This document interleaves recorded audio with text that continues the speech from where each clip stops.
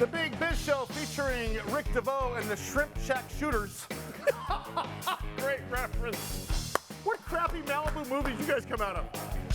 Okay, just stop. Stop it. There. On stage right now, we've got 4 Grammys, 3 Tonys, and a restraining order and an expired Costco card. Great to see you guys again. Sully here, Mike Costa here, and of course our executive producer, Greg Todoroff, and of course the Day Trade Trio, which is phoning it in for the first 30 seconds. Thanks. Great to see you guys again. Nick, sorry, Jared, you had something to say, Jared? What did you say? Oh, no. What did you say? No, come on, no, say it out loud. Did you say ouch? Well, that was me. Yeah, I said ouch.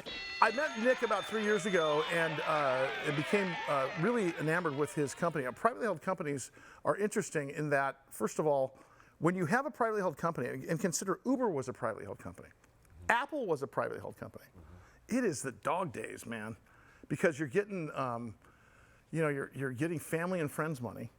You are defending a valuation that doesn't exist. In fact, Nick, what did you think your company was worth that first year? $2 million. And it was worth about 30 grand because you had chairs and a couple laptops. Yeah, we had some used toothpicks. But it's the perception, right? And it is. And as you grow it. Yep. So what's interesting is when you try to raise money pre-revenue and pre-capital formation, how do you value a company? Well, you do it on the talent. And Nick Esayian's one guy here that has taken this by storm. We started talking about head injuries in football maybe 10 years ago. You and I did on the radio here in San Diego. And then it turns into the fact that the helmet industry is not just a football centric business. It's also for kids that grew up like Mike with a misshapen head. I don't know how to say that without offending most of the audience. But the bottom line is you guys have, in spite of not being able to be public yet, in spite of having to go through swimming through cement and raising money, look at where you guys are at. I'm watching TV and I see light helmets. Yeah, it's exciting. I mean, nothing like navigating a pandemic that starts 9 months Yeah, nice after job. it Great gets idea. started. Oh, it was fantastic. Great idea. Let's put a football helmet on in the middle of COVID. Exactly. Well, add to this, so the first 9 months, we go out, we get proof of concept, we sell a couple thousand helmets, we're like, we got a business, let's go. We fly out to Philadelphia, meet with First Trust Bank, they're like, hey, love you guys, we're gonna put in $3 million on XXX value. And by the way, that's how it goes. It kind of gets trickled in at that point, right? But we get back, and economy gets shut down. So the guy calls me back. He's like, I hope you enjoyed the picture that you took with the Lombardi Trophy because we're not investing in your company. By the way, we sold the Lombardi Trophy to pay payroll this week. So the seasons got canceled. Everything got canceled. Right now you're in a sports helmet business. Yeah. There's no sports. There's no end in sight. Everybody's investing. But Nick, you knew at that time, and I talked to you, you knew at that time, when the NFL comes to town, it's like Jesus coming to town. Yeah. When the NFL is a powerful, It's the Beatles. it is a political thing. Okay. It is. You knew that NFL football and NCAA football was not going anywhere. Yep. So you guys doubled down on the fact, and I remember the play at first was concussion, concussion, concussion. Yep. But the story's way bigger than that. So talk about the very beginning on how you got to here.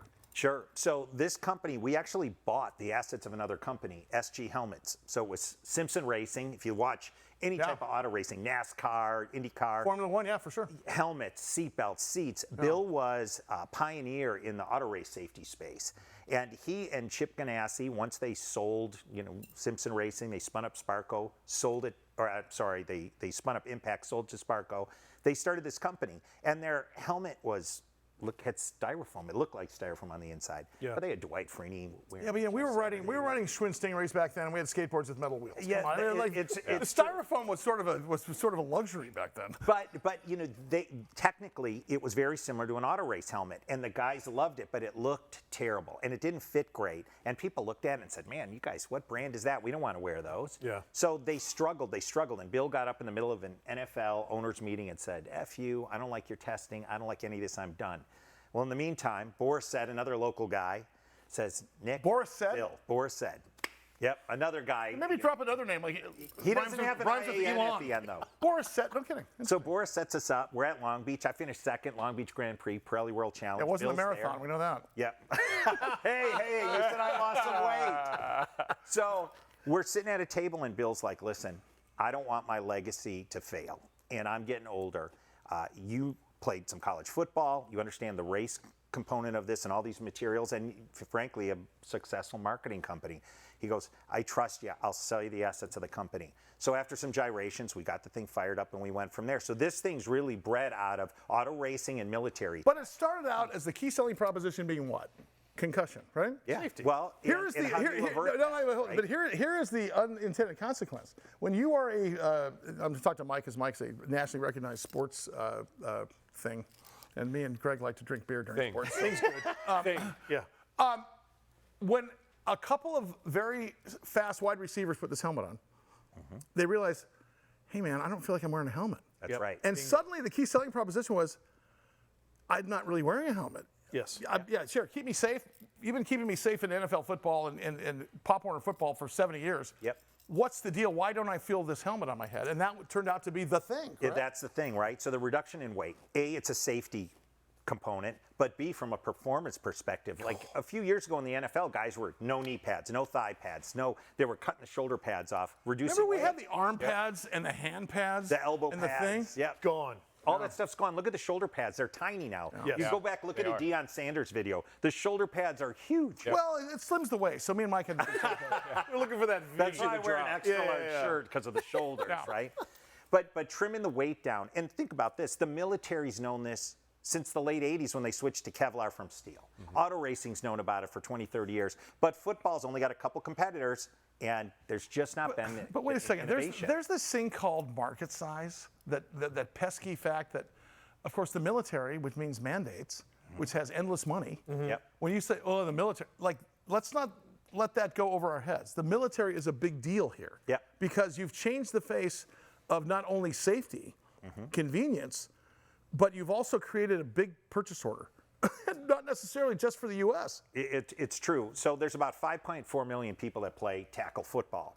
But we've also taken some of the tech from the interior of this thing, and we built a flag football headgear, which is rated #1 by Virginia Tech, who's kind of the gold standard independent lab. That's the fastest growing sport. It's now a female sport in California, CIF, New York, Arizona. It's going to be an Olympic sport, yeah. And people I thought the horse on the stick was the fastest growing sport. Have you seen a hobby horse thing? Second. Wait a second, but I want to get back to the military thing, because is there an addressable market there in the future if you can prove proof of concept here? Absolutely, absolutely. And our goal is to take all these materials and technology and go from football to flag football, which we've done. We've proven. We're in the NFL, we're in NCAA, we've got the best flag football headgear, but there's hockey, there's lacrosse, there's military, there's bike, there's all of these other areas. Think about e-bike. We live in sunny California. Sure. These kids are wearing a small little bike helmet on a bike that goes 30, 40 miles an hour with the chin strap off. I love how you were almost apologetic about saying the word hockey. Because I love hockey. My kids played hockey. why do people make an excuse? I love hockey. You know Hockey's what? None of you love hockey. But my point is this: look at the addressable market, all the way down to the 8-year-olds that are playing hockey right. in Penticton, British Columbia. So here's my question for you: if you think in terms of the utility patent of what you offer, meaning that somebody's going to make it so that, I mean, I don't know how they didn't figure out if I got hit in the head with a football helmet, I'm still getting hit in the head, and all the jellies. Get the brain It's chip. still, Yeah. like, We we need talked to have about this some, before, we need to have something yeah. so my head does not do this, and you guys figured that out. My question is there a utility patent here which makes you guys, the next inventor of Post-it notes or Teflon, and suddenly everybody with a helmet is using your technology? Or are we selling helmets one at a time? And what's interesting here is that my instincts would say, if you're selling helmets one at a time, it's like selling deli sandwiches. You got to sell a lot of them to make money. That's right. The problem is, though, you have a huge addressable market, even just selling helmets. Absolutely. So talk about that in the NCAA and how that translates into pro football. Sure. So we're selling through like Dick's and Shields. You walk in, Jimmy, who's starting football, he gets his white helmet with the gray mask. We've got sales reps. We sell direct to consumer, right? And that's where the big margin is. Nike and Under Armour are headed down that path. But what do people want to see? They want to see it on Sunday. So we had to get on the NFL field. The problem was the NFL just kept their testing, made helmets heavier and bigger. Can I bring up the name? bigger. Vices. Vices was a flop. That was a flop. Vices, they put $1 billion into Vices. Yep. I may or may not have put some money in that deal. But it was supposed to be the second coming of football helmets. They didn't have the infrastructure or the management. Yep. And suddenly, here comes the dark horse, so to speak, that has something, and again, the unexpected benefit was, I don't even feel like I'm wearing a helmet anymore. That's right. So the Vices helmet was super heavy. And they had some innovative technology, and the NFL wanted a winner after the big lawsuit that they had related to TBI and all of the costs that were incurred by the NFL. So Visus was like, we're hanging our shingle on this helmet. And they struggled. And that helmet tests well in the lab, but it didn't do well on field because of the weight. And they also had 200 employees in Seattle. Well, when we started, it was 2 guys working at Palomar Airport in executive suites. Oh, I know. You guys had side jobs at 7-Eleven. I saw you guys. Let's bring him for another segment. I want to ask about what makes you guys bigger, better, faster, stronger. Because you have to admit, don't you kind of want to put that helmet on as you're driving home? Like if I'm going to get pulled up for a speeding ticket, I'm wearing a helmet. I want to talk about the helmet that I played high school and college. The Rydell. The bike. Yeah. Yeah. Oh, and we'll talk about that. And you're for the, but Greg, leather? You're for the Was East it Coast. leather? Was the Jim Thorpe helmet. Yeah. Being right, Grange. No face mask. No, I earlier remember than that. those. It was iron. It was.